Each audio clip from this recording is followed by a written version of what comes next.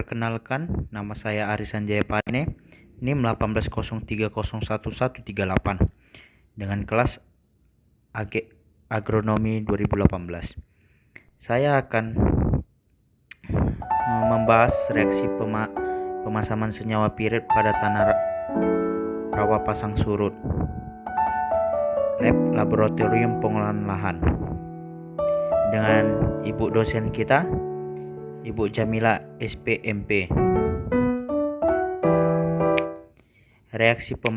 Dengan judul reaksi pemasaman senyawa pirit dan tanah rawa pasang surut yang ditulis oleh Bambang Joko dan Priyatmadi dan Abdul Haris. Jurnal Tanah Trop volume 14 nomor 1 2009. Reaksi pemasaman senyawa pirit pada tanah rawa pasang surut. Pada lahan rawa pasang surut, sebagian besar tanah-tanah berkembang dari bahan induk yang kaya serat pirit FeS2 dan tanah yang terbentuk disebut tanah sulfat masam.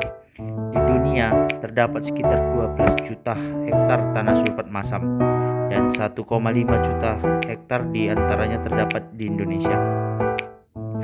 Sekitar 200.000 hektar dari lahan pasang surut Kalimantan Selatan ditepati oleh jenis tanah ini. Drainase lahan rawa pasang surut menyebabkan senyawa pirit yang terkandung di dalam tanah menjadi teroksidasi.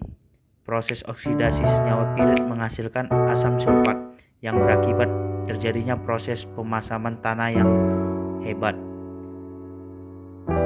Kendala utama dalam pengembangan lahan rawa pasang surut untuk persawahan adalah reaksi tanah yang sangat masam dan sumber utama pemasaman tanah adalah oksidasi senyawa pirit.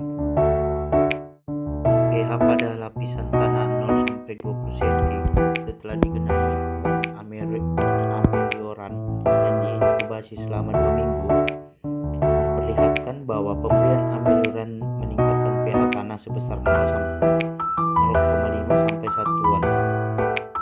Pemberian fosfat menyebabkan pH tanah relatif lebih tinggi dibandingkan dengan pH tanah lainnya. pH tanah setelah tanah lapisan 0-20 cm dikeringkan sampai dengan 6 minggu, tetap pH tanah yang diberi amelioran relatif lebih tinggi dibanding dengan pH tanah kontrol. Besi larutan lapisan tanah 0-20 cm relatif tidak berbeda antara perlakuan amelioran dan kontrol. Pada 0 minggu drainase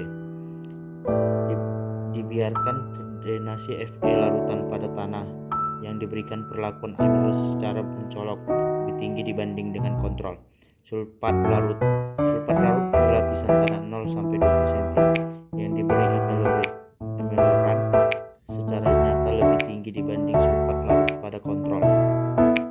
Teroksidasi 1-2 minggu. Sulfat larutan pada tanah yang memberikan perlakuan dan kontrol meningkatkan, dan setelah 2-6 minggu drainase menurun lagi. Setelah drainase lebih dari 2 minggu, pembentukan garam-garam sulfat lebih dominan sehingga larutan sulfat rendah, sementara laju reaksi oksidasi yang menghasilkan sulfat menurun. Pada bahan sulfidik, reaksi oksidasi pirit yang menghasilkan sulfat terus berlanjut sampai dengan drainase 6 minggu.